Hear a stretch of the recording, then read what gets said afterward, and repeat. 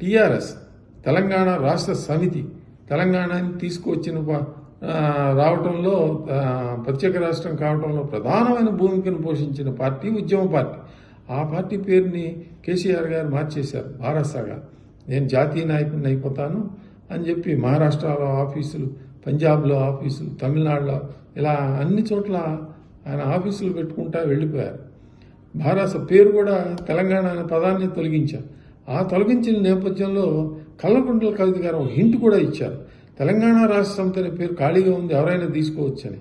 కానీ ఆ రాష్ట్ర సమితి అనే పేరుని మరి లీగల్ ఇష్యూస్ ఏమైనా వస్తాయేమోనని ఆమె దాని పేరు ఎత్తకుండా ఇంగ్లీష్లో TRS short form TRS Telangana Rashtra Sena అనేది వచ్చేటట్టు పెట్టుకున్నారు. ఇక కలర్స్, పార్టీ అన్న తర్వాత కలర్స్ ఉండాలి కదా. ఆ కలర్స్ ఎంచుకున్న నేపథ్యంలో కూడా చాలా ఆసక్తికరంగా ఉందనే చెప్పాలి.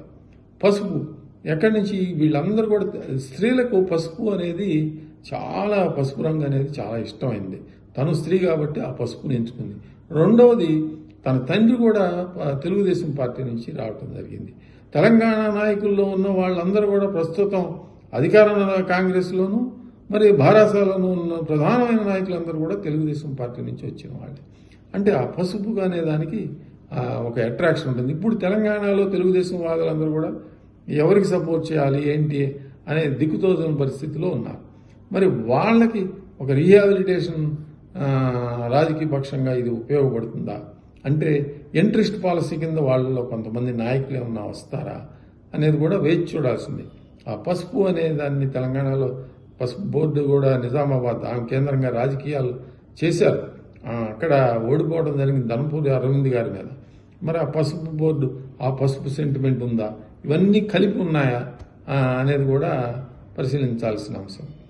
ఇక ఆకుపచ్చ రంగు మరి రైతులకి చిహ్నం. ఈమె ప్రధానమైన పాంచజన్యం హామీల్లో వ్యవసాయం రైతే రాజుగా చేస్తాను అనేది ఒకటి ఉంటుంది. ఆ గ్రీన్ కండువాలు కప్పుకోవచ్చు, పసుపు గ్రీన్ బార్డర్ ఉన్న కండువాలు వాళ్ళు వేసుకుంటూ ఉంటారు ఇక రాబోయే రోజుల్లో. ఇక బ్లూ అనే బ్లూ కూడా వాళ్ళు పెట్టుకున్నారు కలర్. ఆ బ్లూ నీలం రంగు అంబేద్కర్ గారు ఎప్పుడు కూడా బ్లూ కోట్లో మీకు దర్శనమిస్తూ ఉంటారు. ఆయన ఏ విగ్రహం చూసినా కానీ మీకు బ్లూ రంగులో ఉంటుంది. బహుజన సమాజ్ పార్టీ కానీ అంబేద్కరిస్టులు అందరూ కూడా బ్లూ కలర్ అనే దాన్ని ఇష్టపడతారు.